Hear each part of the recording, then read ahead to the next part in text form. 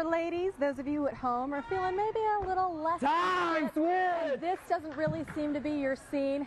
You might want to get fit another way, you know, dancing like we showed you earlier, but this time with a pole. We sent reporter Roxy Carpadian to Roxia, what am I having trouble with your name for no good reason, to the Diva Den in Southwest Portland. What was that like? Didn't get sent out on this assignment, and I did, but that's fine. It was definitely a first time for me. And Summer Morris, the owner of Diva Dance Studios, she says every woman at one point or another, whether they want to admit it or not, have been curious about pole dancing. Yes, I'm talking to you sitting on your couch. You've probably thought about it. Well, take a look. This is what pole dancing is all about, and this is the results of what it can lead to. This is a split V. Wow. So this is a butterfly. Wow. And that's extended butterfly.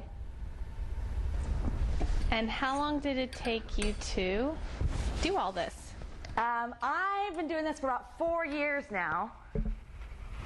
Brass monkey. What's that one called? Brass monkey. Brass monkey. So 4 years. I've been doing it about 4 years now. So what got you into it? I saw it on Oprah. I had just had my third child, and my body did not go back to what it did with my first two. So this helps you get in shape. This helped me get in shape. Well, you look great right now. Thank you. What are some things that this has really helped you physically? And you were saying that you've not really had upper body strength for the majority of your life, and all of a sudden, you're pumped up. Right. I was a very thin person, so all of my strength was in my legs and not in my upper body. This has become pretty popular, this type of exercise, I guess you can call it. What kind of women are interested in this?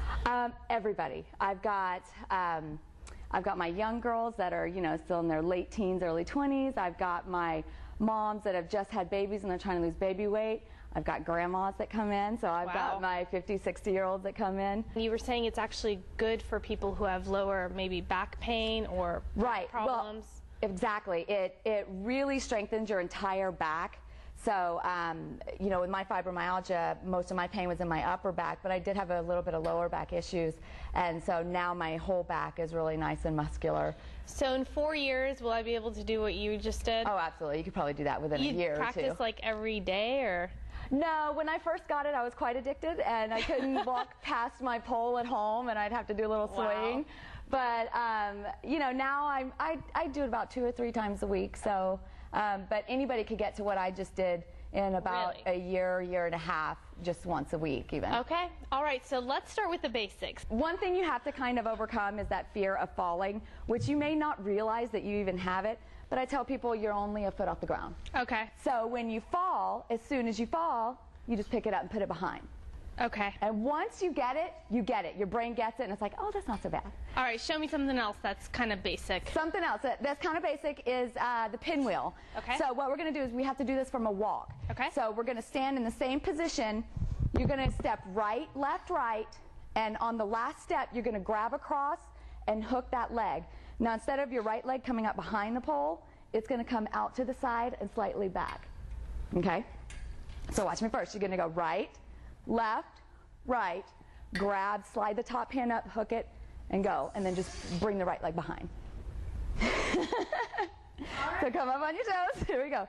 Right, left, right, grab across, slide the top hand, hook it, bring that. Oh, see, you just did the fireman. There you go. Land on your toes and come up. All right, okay. I don't know what I just did or how I just did it, but okay. So I got to ask you, oftentimes this type of dancing or exercising, people, you know, might be hesitant to try. What do you have to say to people who are kind of nervous about that? Right. You know, some people are scared. They don't need to be. It's not scary. You can make it as sexy or as so not sexy as you want it. I'm not going to make you do anything you don't want to do. All right, so you can see why I let Summer do all the work. Now imagine her doing all those moves in 6-inch heels. She says, you know what, the shoes just look scary. They're not hard to do. I don't